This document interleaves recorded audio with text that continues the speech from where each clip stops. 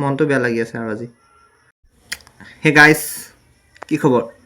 তো তোমালোকৰ কাৰণে মই কেমেষ্ট্ৰি ড্ৰিল 4ত কাম কৰি শেষ হৈ গ'ল।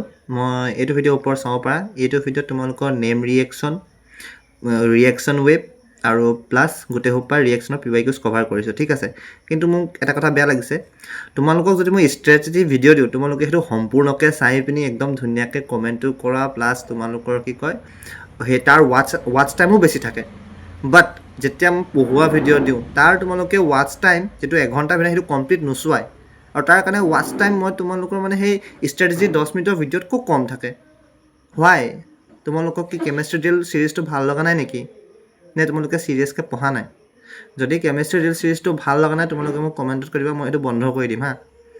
কাৰণ যিমান মই তোমালোকৰ কি কয় ষ্ট্ৰেটেজি ভিডিঅ'টো তোমালোকে সেইখন ইমান চোৱা আৰু নপঢ়া, হোৱাই মানে সেইটো বুজা নাই মই।